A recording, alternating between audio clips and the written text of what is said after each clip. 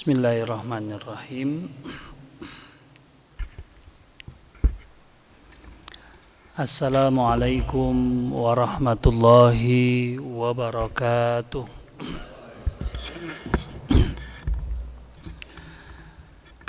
Innal hamdalillah nahmaduhu wa nasta'inuhu wa nastaghfiruh. Wa na'udzu billahi min syururi anfusina wa min sayyiati a'malina may yahdihillahu fala mudhillalah wa may yudlil fala hadiyalah. Asyhadu an la ilaha illallah wa asyhadu anna Muhammadan abduhu wa rasuluhu la nabiyya wa la rasula ba'da. Allahumma salli wa sallim wa barik ala hadha an-nabiyyil karim wa ala alihi wa ashabihi wa man tabi'ahum bi ihsanin ila yaumiddin wa ba'du.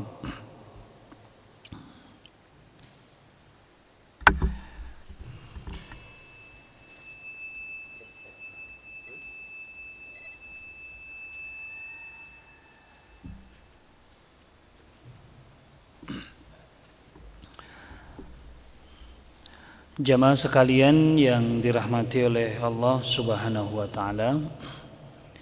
Syukur alhamdulillah pada kesempatan pagi hari ini kita berada di tanggal hari ini sudah masuk 11 ya. Tanggal 11 bulan Dzulqa'dah. Salah satu dari 4 bulan haram, di mana bulan haram itu adalah 4 bulan, yaitu bulan Dzulqa'dah, Dzulhijjah, Muharram, dan bulan Rajab. Siapa saja yang melakukan amalan maka akan dilipat gandakan. Kalau dia melakukan amalan yang baik, maka pahalanya akan Allah lipat gandakan. Dan siapa saja yang melakukan keburukan di 4 bulan haram ini, maka dosanya juga akan dilipat gandakan. Maka ini menjadi perhatian bagi kita sekaligus motivasi untuk kita memperbanyak kebaikan-kebaikan dan amal soleh di bulan-bulan haram, khususnya di bulan ini yang sedang kita berada di dalamnya, yaitu bulan Dzulqa'dah. Semoga Allah Subhanahu wa taala senantiasa memberikan kepada kita semua berbagai karunia nikmat, rahmat dan keberkahan, dan Allah mudahkan kita semua dalam melakukan aktivitas-aktivitas kebaikan. Amin ya rabbal alamin. Salawat beriring salam tidak lupa kita mohonkan kepada Allah, semoga terlimpah dan tercurah kepada junjungan kita semua, tauladan kita bersama Nabiuna Rasulullah Muhammad sallallahu alaihi wasallam. Allahumma salli wa sallim wa barik alaihi. Bapak-bapak jamaah sekalian yang dirahmati Allah, pagi hari ini atau pekan ini kajian kita laksanakan di pagi hari, diawali dengan sholat subuh berjamaah, kemudian nanti kita tutup dengan sholat syuruk ya. Kalau hari ini saudara-saudara kita sudah mulai berangkat untuk melaksanakan ibadah haji ya. Beberapa hari yang lalu kita menyaksikan kloter pertama sepertinya ya, dari calon jemaah haji Kabupaten Musi Banyuasin sudah dilepas oleh Bapak Wakil Bupati Musi Banyuasin. Maka tentu ini menjadi satu nikmat bagi mereka, kesempatan untuk meraih pahala haji dengan sebaik-baiknya, dengan semaksimal mungkin. Kita yang masih mungkin menunggu jadwal antrian berangkat dan lain sebagainya, bisa memaksimalkan pahala ibadah haji ini dengan salah satunya yaitu melaksanakan sholat syuruk. Semoga apa yang kita lakukan pada pagi hari ini senantiasa mendapatkan keberkahan dari Allah Subhanahu wa taala. Amin ya rabbal alamin. Insyaallah nanti kita salat syuruk berarti sekitar jam 6 lewat 10 menit lah ya. Terbitnya jam berapa itu kelihatan? Kalau tadi saya lihat di handphone jam 5.58 terbitnya. Ada nggak di situ Pak? Itu nggak ada ya? Itu duha Pak ya? Itu duha, waktu duha itu ya? Sekitar itulah nanti ya. Bapak-bapak jamaah sekalian yang dirahmati oleh Allah Subhanahu wa taala. Salah satu perkara di tengah masyarakat kita yang rentan menjadi perselisihan itu soal harta. Salah satu hal yang banyak menjadi perselisihan. Harta itu ya bisa uang, bisa tanah, bisa mobil, bisa bangunan, bisa warisan dan lain sebagainya. Kenapa ini terkadang menjadi hal yang sering diperebutkan, sering menjadi sering menjadi persengketaan gitu ya. Terkadang penyebabnya adalah karena mereka tidak tahu mana yang hak mereka dan mana yang hak orang lain. Tapi kalau setiap orang tahu mana yang halal baginya, mana yang tidak halal baginya, maka tidak akan mungkin membuat dirinya itu bermudah-mudah untuk bersengketa, berselisih masalah harta. Maka mengantisipasi ini, menghindari hal ini terjadi, Islam mengatur bagaimana seseorang bermuamalah khususnya masalah harta. Bahkan kalau kita perhatikan, sepertinya agama yang paling detail membahas sampai masalah soal harta, soal uang itu Islam. Ada namanya fikih jual beli, pinjam meminjam, ya kan? Ada juga penitipan, wadi'ah. Ada juga soal warisan, soal hibah, wakaf. Itu semuanya dibahas dengan detail. Supaya apa? Supaya tidak ada terjadi perpindahan harta dengan cara yang zalim dan batil. Jadi kalaupun ada harta sampai kepada saya, maka Islam mengajarkan bagaimana nyampainya dengan cara yang halal.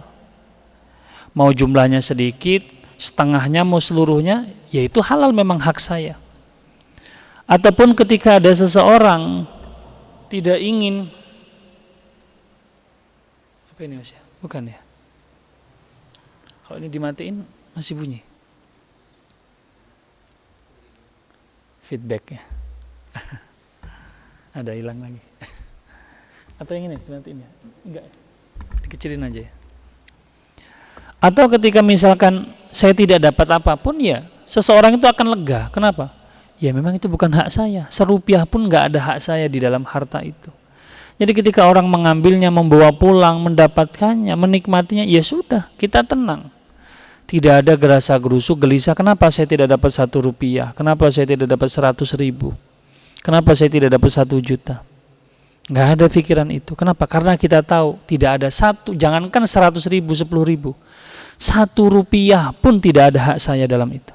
Maka kita tidak akan gelisah ketika kita tidak dapat, dan tidak akan juga iri dan dengki ketika itu sampai kepada orang. Kapan itu terjadi jamaah sekalian? Ketika seseorang mengerti tentang fikih harta ini.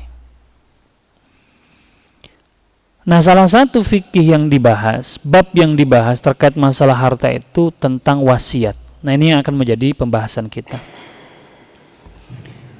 Kita akan pelajari bab tentang wasiat dalam fikih Al-Muyassar. Ya, dalam kitab itu dijelaskan tentang al-wasaya, kitabul wasaya, bab tentang wasiat. Yang pertama, ta'riful wasiyati lughatan. Apa makna dari wasiat secara bahasa dan secara syariat atau secara istilah? Yuqalu awsaitu li fulanin bikada wa wasaitu wa awsaitu ilaihi idza ja'altahu wasiyan. Wal wasiyatu ma'khudatun min wasaitu syai'a idza wasaltuhu summiyat bidzalika. Jadi definisi dari wasiat itu secara bahasa adalah contoh ketika seseorang mengatakan aku berwasiat untuk si fulan dengan harta ini, atau wasaitu, ya, ausaitu atau wasaitu atau ausaitu ilaihi. Jadi ketika seseorang mengatakan ausaitu, wasaitu, aku wasiatkan, ya, aku sambungkan. Jadi dinamakan wasiat itu karena penyambung antara pemberi wasiat yang tadi masih hidup ketika mengucapkan wasiat kepada orang yang menerima wasiat setelah pemberi wasiat tadi wafat. Disambungkan manfaatnya. Misalkan kalau dia berwasiat ingin memberikan motornya, berarti manfaat motor ini akan bersambung dari sebelumnya pemilik awal, kemudian dia wafat bersambung kepada pemilik kedua yang diwasiati. Makanya disebut wasai itu wassalah, menyambung manfaat. Kalau wasiatnya tanah, ya berarti manfaat dari tanah itu dilanjutkan oleh penerima wasiat. Sedangkan secara istilah, hiya at-tabarru' bil mali ba'dal mauti. Yang disebut dengan wasiat adalah pemberian harta secara tabarru'. Apa itu tabarru'? Sukarela. Yang dilakukan setelah kematian. Nah, setelah matinya orang yang memberi wasiat tadi. Baik. Nah, ternyata jamaah sekalian, wasiat itu ada beberapa kondisi hukumnya. Ya. Paling tidak jamaah sekalian ada dalam kitab ini disebutkan ada 4. Ya. 4 hukum wasiat. Kondisi wasiat itu terbagi menjadi 4 kondisi. Yang pertama, al-wasiyatul wajibah. Wasiat itu menjadi sesuatu yang harus dilakukan. Jadi orang ini berada dalam kondisi wajib berwasiat. Kapan hal itu terjadi? Tajibul wasiyatu idza kana 'alal insani dainun la bayyinata bihi wa la ahada ya'rifu illallah wa sahibud daini. Berwasiat menjadi wajib dalam kondisi yang pertama adalah ketika seseorang memiliki hutang yang tidak memiliki bukti tertulis. Tidak ada seorang pun yang mengetahuinya kecuali Allah dan yang memberi hutang.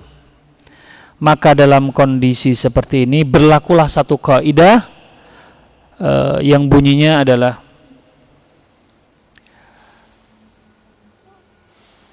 yajib mana tadi?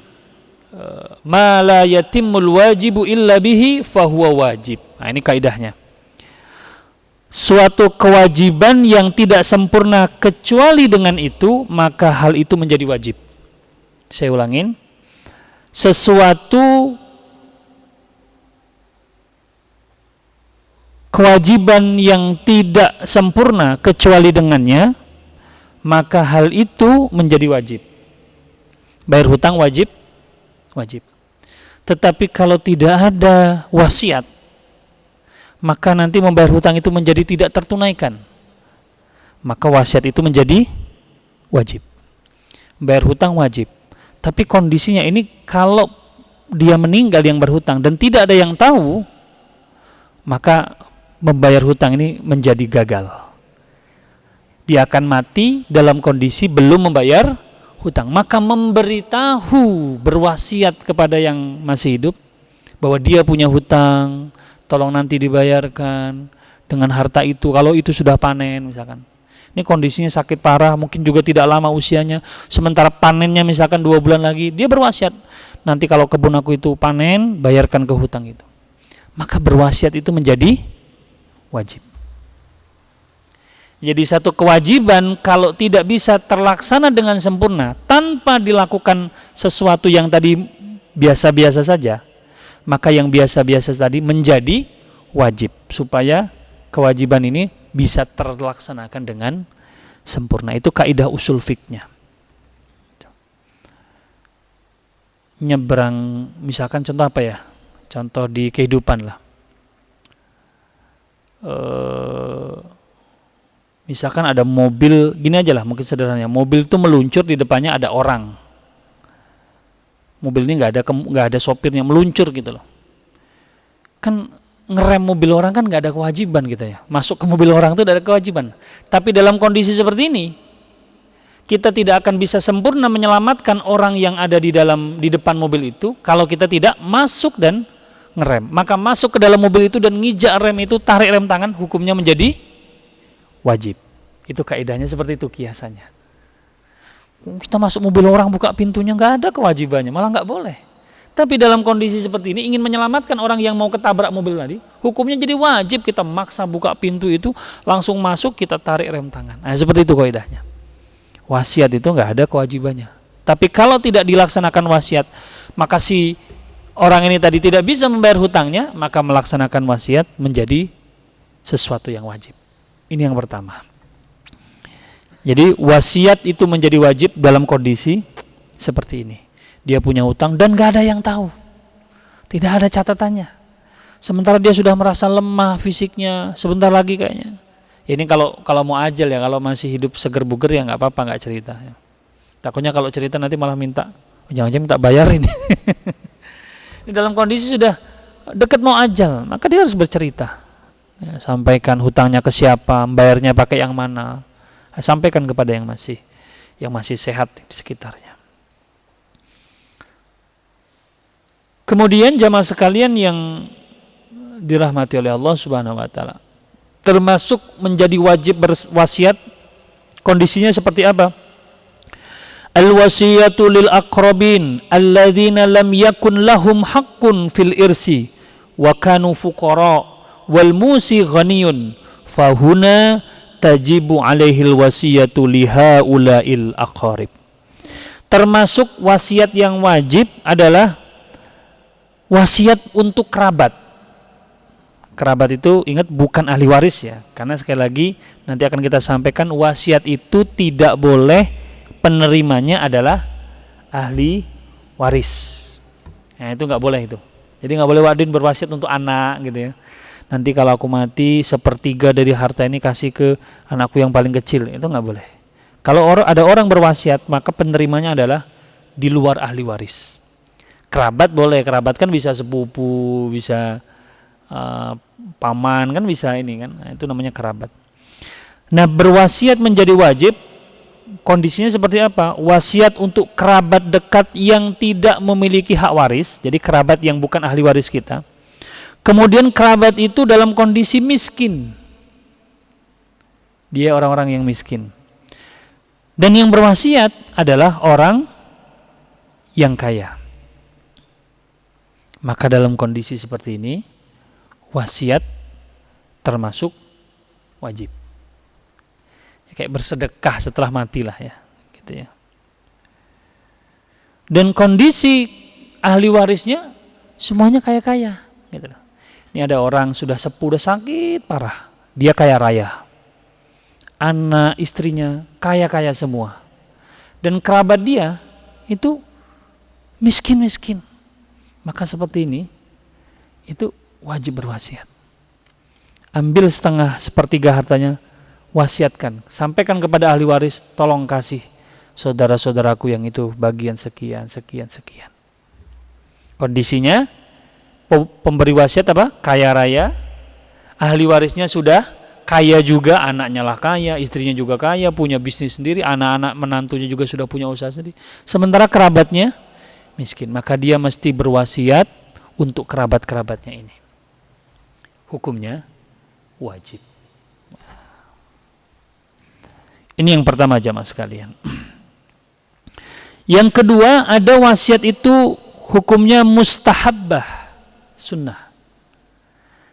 Kapan wasiat itu mustahabbah? Wahya allati yakunu fiha al-musi dzamalin wa 'indahu warasatun walakinnahum aghniya wa kadza aqaribuhu la hajata lahum bil mal.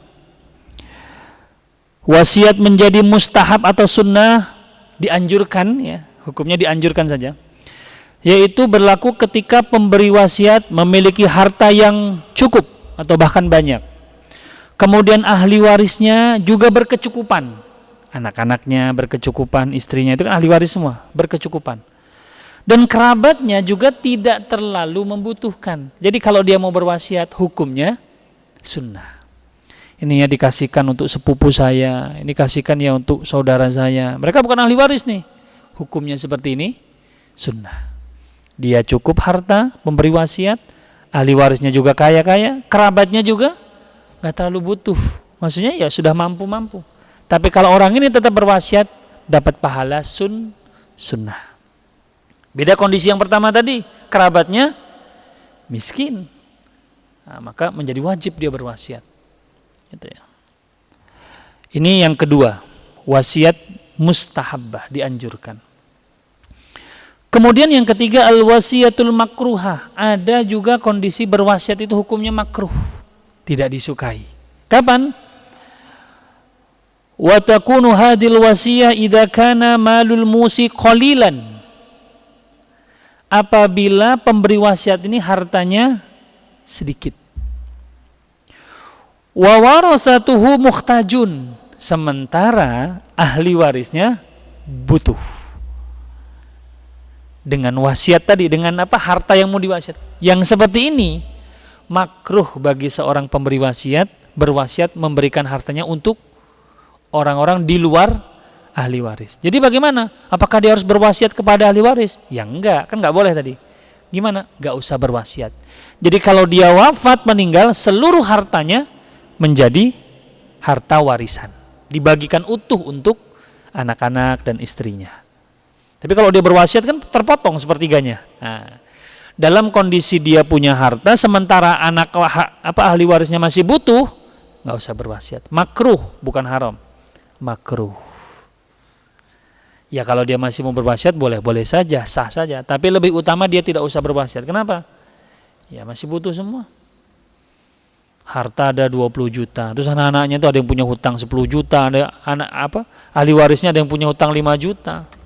20 juta ini kalau diwariskan aja nggak cukup untuk bayar hutang mereka, malah diwasiatkan keluarkan. Nah, maka lebih baik tidak usah berwasiat, sudah biarkan harta itu, kalau dia meninggal 20 juta dibagi seluruhnya untuk ahli waris sesuai dengan ketentuan bagi waris.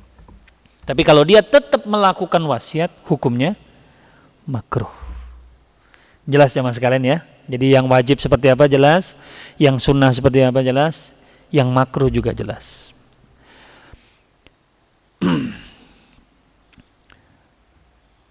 Rasulullah Shallallahu Alaihi Wasallam bersabda, innaka intadhar warasaka agniya khairun min antadharahum alatan yatakaffafunan nas. Rasulullah Shallallahu Alaihi Wasallam telah bersabda kepada Sa'ad radhiyallahu anhu, apa kata Rasulullah Shallallahu Alaihi Wasallam? Sesungguhnya jika kamu meninggalkan ahli waris dalam keadaan kaya, itu lebih baik daripada kamu meninggalkan mereka dalam keadaan miskin yang meminta-minta kepada orang lain. Jadi kalau dengan hartanya ini utuh menjadi warisan mereka dan mereka bisa menjadi kaya, berkecukupan, itu jauh lebih baik daripada dia memaksa berwasiat, diambil sepertiga, kemudian ahli warisnya dapat sedikit-sedikit dan akhirnya masih tetap miskin, tetap meminta-minta. Maka jauh lebih utama meninggalkan seluruh harta warisannya untuk ahli warisnya. Loh kan bersedekah bagus, ya bersedekah kepada keluarga juga jauh lebih bagus, apalagi yang paling membutuhkan adalah keluarganya sendiri atau ahli warisnya sendiri. Kemudian yang terakhir, yang keempat jamaah sekalian, al-wasiyatul muharramah. Berwasiat menjadi haram kapan? wal muradu biha ma la tajuzu wa ya'samu sahibuha wa hiya allati ishtamalat ala umurin manhiyin anha, yaitu ketika seseorang berwasiat dengan wasiat yang tidak diperbolehkan dan tentu pelakunya berdosa, atau berwasiat mengandung hal-hal yang dilarang. Apa diantaranya? Pertama, ayyusiya bi ziyadatin an sulusin malihi, berwasiat melebihi dari sepertiga hartanya. Haram, nggak boleh, nggak sah. Jadi kalau misalkan dia nggak ngerti nih, terus dia berwasiat menyerahkan seluruh hartanya untuk misalkan si fulan, orang lain lah ya, ahli warisnya dengar, bahkan pemuka agama juga mendengar waktu dia mau sebelum meninggal itu, dia sampaikan seluruh hartaku tidak ada yang tersisa, aku wasiatkan untuk si fulan, misalkan disebut nama orang lain. Setelah dia wafat, ahli warisnya apakah harus melaksanakan ini? Jawabannya tidak. Yang mendengar itu misalkan tetangganya yang dikasih itu dengar, wah ini tuh aku. Apakah dia boleh mengambil seluruhnya? Bapak Ibu sudah mendengarkan, orang tua Bapak Ibu berpesan hartanya untuk saya semua misalkan. Kemudian orang yang terima itu minta semua, nggak boleh. Maka ahli warisnya kalaupun ingin melaksanakan, ambil sepertiganya saja. Yang mendengar tadi yang bakal nerima, jangan maksa, kan sudah dengar semua nih tadi direkam, seluruhnya untuk saya misalkan. Nggak boleh. Sepertiga saja yang dilaksanakan. Jadi jangan merasa, wah nanti nggak tenang nih arwahnya. Gimana kalau nggak dilaksanakan? Nggak bisa. Kalaupun mau diserahkan semua, ya serahkan dulu wasiatnya sepertiga, sisanya kan sudah jadi ahli waris nih. Nah sudah, ahli warisnya tadi sedekahkan, pahalanya diniatkan untuk misalkan almarhum. Seperti itu.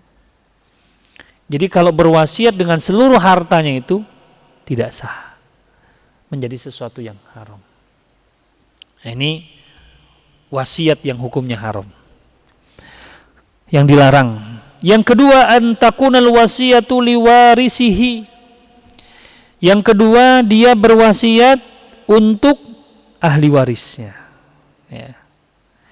Jadi ditujukan untuk ahli waris. Ini hartaku nanti sepertiganya untuk anak yang paling besar misalkan. Sepertiganya untuk nomor 2, nggak boleh. Ya, yang seperti ini tidak boleh. Ya. Dan termasuk wasiat yang tidak sah. Ya. Jadi yang haram itu adalah ketika harta yang diwasiatkan melebihi dari sepertiga hartanya. Jadi hanya boleh sepertiga saja dari hartanya. Yang kedua, tidak boleh penerimanya adalah ahli waris. Harus orang di luar ahli waris. Baik. Selanjutnya jamaah sekalian yang dirahmati oleh Allah Subhanahu wa taala. Kita buka kitabnya dulu. Apa rukun dari wasiat? Arkanul wasiyah. Lil wasiyati arba'atu arkanin. Jadi dalam berwasiat itu ada 4 rukunnya. Yang pertama, musin. Apa itu musin? Wal muradu bihi sahibul wasiyah. Jadi yang pertama itu adalah orang yang berwasiat. Apa syarat orang yang berwasiat itu? Yang pertama, ayyakuna balighan.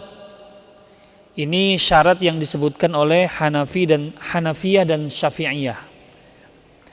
Jadi yang berwasiat itu yang pertama harus baligh menurut Hanafi dan Syafi'i. Tapi madhab Maliki dan madhab Hambali, baligh itu bukan syarat. Berarti boleh di bawah itu. Standarnya apa? Mumayyiz. Apa mumayyiz itu? Mumayyiz itu ya anak yang sudah bisa, belum dibebani kewajiban, tapi anak itu sudah bisa membedakan mana yang baik, mana yang buruk. Ini menurut madhab Maliki dan Hambali. Jadi nggak mesti balik. Jadi kalau misalkan anak 6 tahun sudah ngerti mana baik buruk, kok dia berwasiat, dia punya harta nih misalkan nanya, dia berwasiat, dia sakit, tiba-tiba dia ngomong, aku nanti kalau meninggal ini ya sepertiga hartaku untuk itu gitu. Untuk temanku yang itu, dia punya harta banyak. Maka menurut madhab Maliki dan Hambali sah. Ahli warisnya, bapak ibunya harus melaksanakan itu. Tapi kalau menurut madhab Hanafi dan Syafi'i, kalau dia belum balik, tidak sah. Jadi nggak usah dilaksanakan. Nah, itu menurut madhab Hanafi dan Syafi'i. Jadi syarat pemberi wasiat menurut Hanafi dan Syafi'i harus balik. Tapi menurut Maliki dan Hambali cukup mumayyiz saja. Ya. Lalu yang selanjutnya pemberi wasiat, syarat yang selanjutnya kaunuhu aqilan, yaitu berakal. Berarti tidak sah wasiat orang yang gila maupun orang yang sedang pingsan. Wah, hebat. Orang gila berwasiat. Ya mungkin ada kan, sedang jaya-jayanya, sedang kaya-kayanya, tiba-tiba gila gitu loh. Ucapan pertama dia berwasiat, ya, maka nggak sah. Ya. Hartaku untuk itu, ya orang gila. Atau pingsan gitu terus ngigau, ngomong, tidak sah. Ya. Tapi kalau dia sudah berakal kembali, dia sudah sadar dari pingsan, kemudian dia mengucapkan itu, diulangin lagi, baru sah itu. Silahkan dilaksanakan. Ya. Bagaimana kalau orang yang mabuk jamaah sekalian? Untuk orang yang mabuk, menurut madhab Maliki dan Hambali tidak sah. Orang yang mabuk ya. Tapi madhab Syafi'i berpendapat bahwa orang yang sengaja mabuk tetap dianggap seperti orang yang dibebani syariat. Ya artinya seluruh akadnya termasuk wasiat itu menjadi sah. Ini menurut madhab Syafi'i. Ya. Tapi mungkin jarang lah. Yang ada orang mabuk itu justru ngambil harta wong gitu. Berwasiat itu. Tapi ini menurut madhab Syafi'i sah. Tapi pendapat yang paling kuat adalah tidak sah. Karena ini merugikan ahli waris gitu. Bapaknya mabuk-mabuk terus dia berwasiat gitu ya. Seperti gua hartaku untuk itu katanya. Nah, pendapat yang paling kuat itu adalah pendapatnya madhab Maliki dan Hambali, bahwa orang yang mabuk kalau berwasiat tidak sah. Sama seperti orang yang gila atau pingsan. Nah, jadi syarat orang yang berwasiat itu harus berakal. Pingsan, gila, mabuk, nggak sah semua. Yang ketiga, kaunul musi hurron, yang berwasiat itu merdeka, bukan budak. Ya, jelas ini. Jadi merdeka bukan budak. Selanjutnya, alla yakuna madinan dainan yastaghriqu kulla malihi. Apa itu maksudnya? Tidak memiliki hutang yang menghabiskan hartanya. Sepertiga hartaku nanti, aku kan punya 10 juta, 3 jutanya itu nanti serahkan ke sana. Nanti dulu, kau tuh punya hutang 20 juta. Uangmu itu jangan kau wasiatkan. Justru berpesanlah uangmu itu gunakan untuk bayar hutang. Ini punya duit 20, punya hutang 20 juta, punya duit 20 juta, malah diwasiatkan sepertiganya untuk orang lain. Yang seperti ini nggak bisa. Jadi syarat seseorang itu boleh berwasiat, dia tidak punya hutang yang menghabiskan. Tapi kalau misalkan dia punya uang 100 juta, punya hutang 10 juta, terus dia berwasiat 5 juta untuk itu ya, untuk bapak itu yang udah miskin itu, untuk janda itu kasihkan misalkan. Boleh, karena masih ada sisa bisa untuk bayar hutang. Tapi kalau hartanya nggak cukup untuk bayar hutang, sementara dia berwasiat, ahli waris tidak perlu melakukan. Apa yang dilakukan ahli waris? Seluruh hartanya dia tadi setelah dia meninggal gunakan untuk bayar hutang. Wasiatnya bagaimana? Nggak usah dilaksanakan. Untuk bayar hutang aja masih kurang gitu ya, ahli warisnya masih nombok gitu ya. Nah, ini syarat orang yang berwasiat. Dia tidak mempunyai hutang yang menghabiskan seluruh hartanya. Maksudnya ya habis untuk bayar hutang. Selanjutnya yang terakhir syarat pemberi wasiat adalah alla yakuna mahjuran alaihi lisafahin idza aradal isa'a li auladihi. Oh bukan, ini kelewat ini ya. Ini kaunuhu mukhtaran lil wasiyati qasidan laha. Kemudian ketika dia berwasiat itu atas kemauan sendiri dan memiliki maksud, memang niat gitu loh. Jadi bukan bercanda, bukan kepleset ngomong, bukan keliru, bukan dipaksa. Ini enggak sah. Ya. Dan ini pendapat Hanafi ya, pendapat Hanafi. Jadi yang berwasiat itu memang niat betul, itu baru sah. Tapi kalau dia dipaksa sambil di bawah todongan pistol gitu, ayo kau berwasiat untuk aku, misalkan, ku rekam, kan nggak bisa. Atau dia bercanda, nggak boleh, ya, tidak boleh. Yang terakhir, alla yakuna mahjuran alaihi lisafahin ida aradal isa li auladihi. Tidak dalam kondisi mahjur alaihi, ya. Maksudnya apa? Cacat mental, gitu ya. Apa? Kesulitan dalam ngomong, ya. Nah, ini tidak terjadi pada dirinya. Termasuk mu'taqal lisan. Tidak terhalang lisannya itu untuk mengucapkan. Jadi kalau pemberi wasiat ini menderita penyakit yang tidak bisa dia ngomong, maka ucapan lisannya itu tidak sah. Tapi kalau pakai isyarat gimana jamaah sekalian?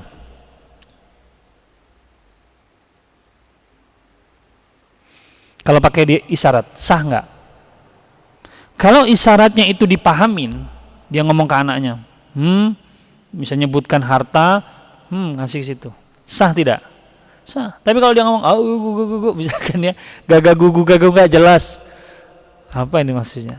Nggak sah. Jadi yang berucap tadi tidak terhalang lisannya. Atau kalau dia memberi isyarat, isyaratnya dipahami, maka ini boleh. Artinya sah wasiatnya. Nah, ini rukun yang pertama. Pemberi wasiat punya syarat tadi ya, berakal, balik, tidak dipaksa atas kemauan sendiri, tidak punya hutang yang melebihi dan terus sampai terakhirnya. Kemudian yang selanjutnya, rukun dari wasiat itu adalah muson lahu. Apa itu? Man ta'ayyanat lahul wasiyah, yaitu yang kedua adalah penerima wasiat. Jadi rukun wasiat tadi kan yang pemberi wasiat yang pertama. Yang kedua ada yang menerima wasiat. Nah, yang menerima wasiat ini ada syaratnya juga. Yang pertama, ayyakuna ahlan litamalluki fala tasihul wasiyatu liman la yamliku kawasiyatihi lidabbatin. Jadi penerima tadi adalah orang yang memang bisa memiliki harta. Ya orang bisa dikasih motor ya bisa gitu loh. Tidak sah berwasiat kepada pihak yang tidak bisa memiliki, contoh. Ini hartaku 10 juta, aku wasiatkan untuk kambingnya bapak itu. untuk makan kambing itu. Enggak ngerti dia. Kalau mau ngasih ke bapak itu, pemilik kambingnya, Pak, ini aku wasiatkan untukmu. Ya silakan nanti belikan makanan untuk kambing itu. Gitu misalkan. Jangan berwasiat untuk kambingnya. Nggak sah. Penerimanya adalah orang yang bisa memiliki. Kambing nggak bisa memiliki, nggak ngerti. Ya, ini syaratnya. Ya. Jadi kalau aku wasiatkan rumput ini untuk hewan-hewan milik si fulan, ini nggak sah. Berbeda kalau aku wasiatkan rumput ini agar dijadikan makan untuk hewan-hewan itu milik si fulan. Boleh. Ya kan? Kalau aku wasiatkan untuk kambing kan beda. Dengan aku wasiatkan untuk jadi makanan kambingnya bapak itu. Berarti kan ngasihnya ke bapak itu. Kalau langsung aku wasiatkan ini untuk kambing gitu. Karena sayangnya sama kambing itu kan kambing tetangga. Enggak sah, ya. Ini pendapat Hanafi dan Syafi'i. Kemudian yang kedua, syarat yang kedua penerima wasiat tadi, alla yakunal musi qatilan alla yakunal musalahu qatilan lil musi. Penerima wasiat itu bukan pembunuh dari pemberi wasiat. Ingat, wasiat itu kan ditunaikan setelah pemberi wasiatnya meninggal. Kalau meninggalnya gara-gara dibunuh sama calon penerima, maka calon penerimanya nggak jadi dapat. Ada si A bilang, nanti ini kayaknya nih aku sudah nggak panjang lagi umurnya nih, sepertiganya serahkan si B ya. Tiba-tiba si A ini mati karena dibunuh si B. Si B ini tahu bakal mau dapat wasiat. Kelamuan lah 2 hari tidak mati-mati katanya. Dibunuh teman. Nggak jadi dapat. Batal. Mungkin terjadi, ya bisa jadi mungkin kan. Ya makanya disebutkan ini mengantisipasi kalaupun terjadi gitu kan. Kalau kan ada gitu ya. Padahal sebenarnya tuh tinggal sabar tunggu mati juga dia. Dapat malah dibunuhnya misalkan ya. Karena emosi atau apa seperti itu ya. Maka dia tidak bisa dapat. Sengaja maupun tidak sengaja. Nah ini perlu dipahamin. Kalau sengaja mungkin enggak lah ya. Karena dapat wasiat dibunuh sengaja enggak? Mungkin tidak sengaja. Kan pembunuhan itu dalam Islam itu ada sanksi-sanksinya. Pembunuhan sengaja, pembunuhan tidak sengaja, pembunuhan seperti sengaja. Apa bedanya jamaah sekalian? Sengaja itu memang pakai alatnya yang mematikan dan memang memukul. Kalau tidak sengaja bagaimana? Tidak sengaja itu misalkan dia mau nembak ke sono, kena bapak itu tidak sengaja. Seperti sengaja gimana? Dipukul pakai pena. Kan nggak pengen membunuh, pena kan tidak mematikan. Seperti sengaja tuh, memang mukul gitu loh, mati dia. Ini seperti sengaja. Dan di dalam Islam itu ada hukumnya sendiri-sendiri. Mana yang kisos, mana yang cuman disanksi denda, itu ada sendiri-sendiri. Sengaja, tidak sengaja, seperti sengaja. Dilempar nih pakai apa ya? Pakai botol. Padahal kan secara logika nggak mati. Cuma gerakannya kayak gerakan menyakiti kan?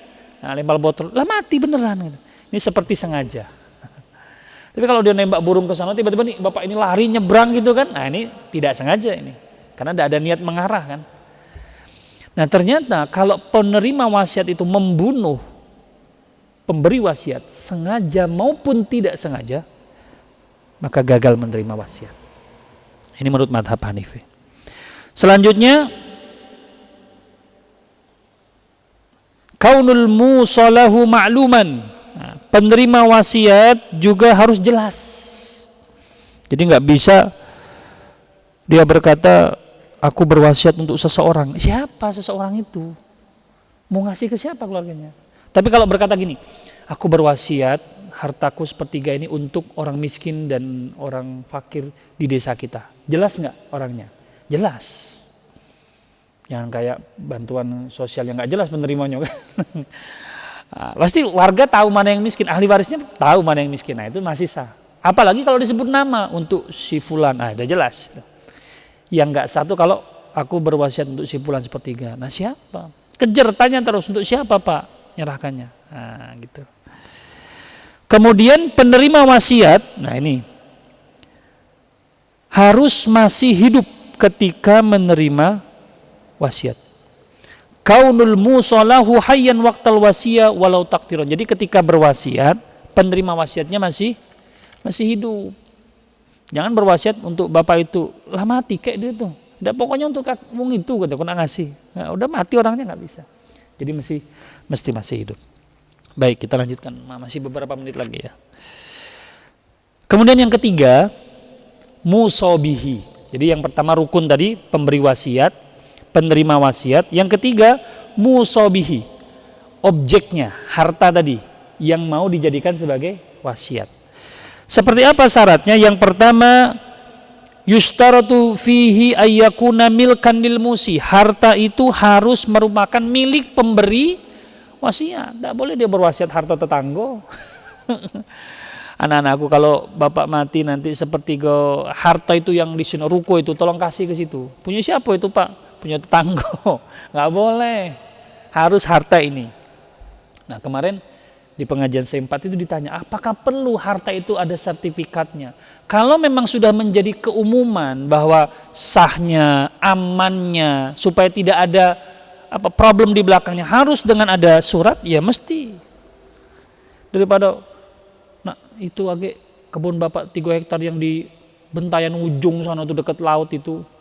Apa unian bapak dipunya di situ, tidak pernah cerita, tidak pernah, tidak jelas. Kalau tidak jelas, daripada nanti bermasalah, anak ahli warisnya yang melaksanakan bermasalah, dituduh ngasih harta, penerimanya juga lah capek-capek nanemi sawit di situ, tidak tahu ada pemiliknya. Kalau tidak jelas nggak usah dilaksanakan. Jadi kalau Apakah harus ada sertifikatnya, surat-suratnya? Kalau memang itu menjadi sudah keumuman dan itu jauh lebih aman, ya mesti. Kalau nggak aman nggak usah. Penerima juga nggak usah ngoyo, alhamdulillah dapat 5 hektar di pinggir Sungai Musi sana. Kalau udah aman nggak usah. Daripada dialah nanemin 5 hektar, tiba-tiba datang pemiliknya kan, ya jadi masalah. Nah, ini pentingnya administrasi ya. Jadi harta objek yang dijadikan wasiat tadi harus merupakan milik pemberi wasiat. Ya. Yang kedua, ini syarat harta tadi, kaunul musi bihi ba'dal mautul musi. Wasiat ini dilaksanakan setelah kematian. Jadi kalau dia berwasiat jangan langsung cepat-cepat kasih ke dia, apalagi yang terima. Pak, itulah disebut nama aku dapat. Kapan nak dikasih? Masih hidup lah nanyo-nanyo tetanggonya kan. Nggak boleh. Jadi setelah wafat urusin semua pemakaman hutang. Nah, mungkin kelar Bapak Arif panggil, Pak, Bapak dengar ya, Bapak itu termasuk yang dapat wasiat. Karena dianggap mungkin orang tidak mampu di desa ini, nah diserahkan. Jangan ini yang dengar tadi, nah aku dapat langsung nanyoi. Baru keluar dari ruang ICU lah ngomong, nak kapan wasiat Bapak kau itu dilaksanakan? Masih hidup Bapaknya lah diminta sama penerimanya misalkan. Nggak boleh. Jadi dilaksanakan setelah kematian, itu syaratnya. Kemudian yang selanjutnya, objek wasiat, kaunul musobihi mubahan. Nah, hartanya mubah, jangan yang haram.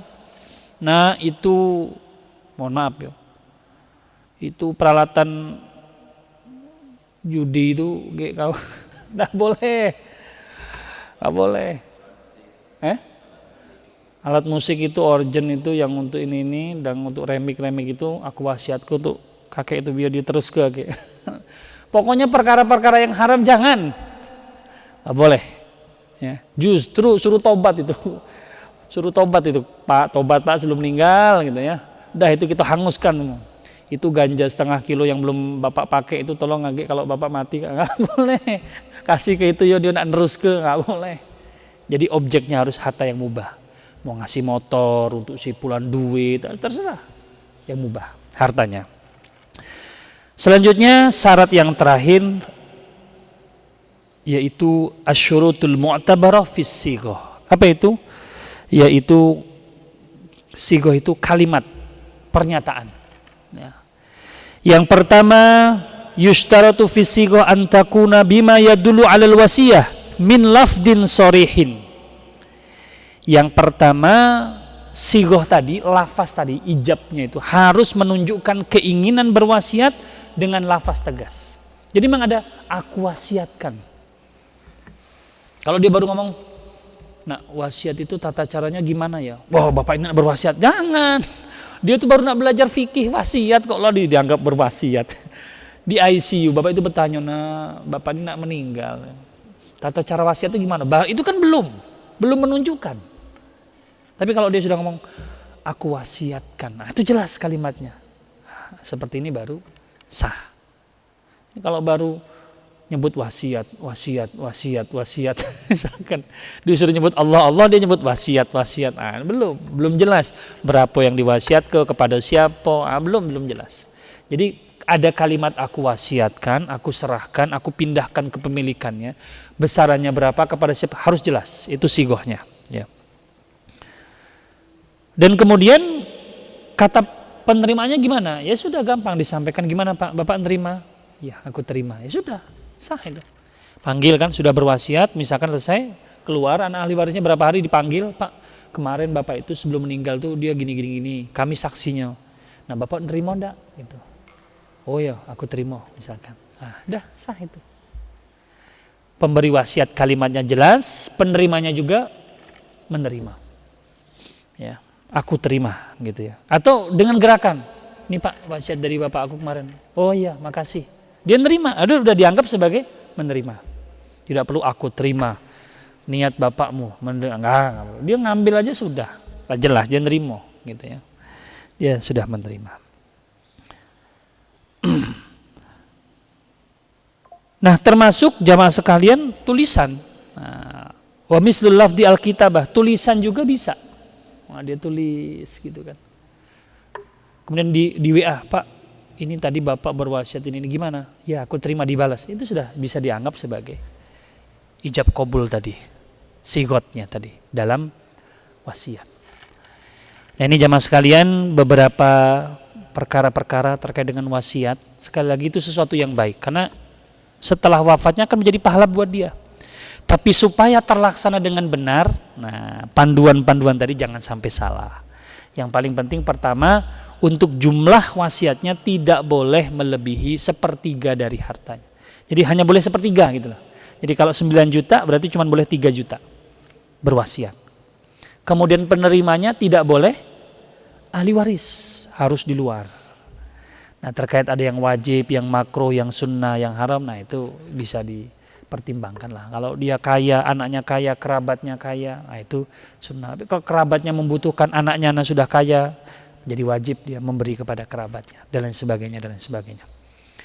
Wallahu a'lam bishawab. Mungkin ini yang bisa saya sampaikan, kurang lebihnya saya mohon maaf, dan kepada Allah kita semua mohon ampun. Subhanakallahumma wa bihamdika asyhadu an la ilaha illa anta astaghfiruka wa atubu ilaik. Berapa menit lagi nih syuruknya? Masih ada 10 menit lah, 5-10 menit lagi ya. Bila taufiq wal hidayah. Wassalamualaikum warahmatullahi taala wabarakatuh. Lewat berapa menit nih tadi syuruknya coba? Kalau di sini jam 6 di sini. Ya, terbitnya jam 6. Kalau di BSI itu jam 5.58 ya, jam 6 kurang 2 menit. Gimana? Oh ya, makasih. Bismillahirrahmanirrahim.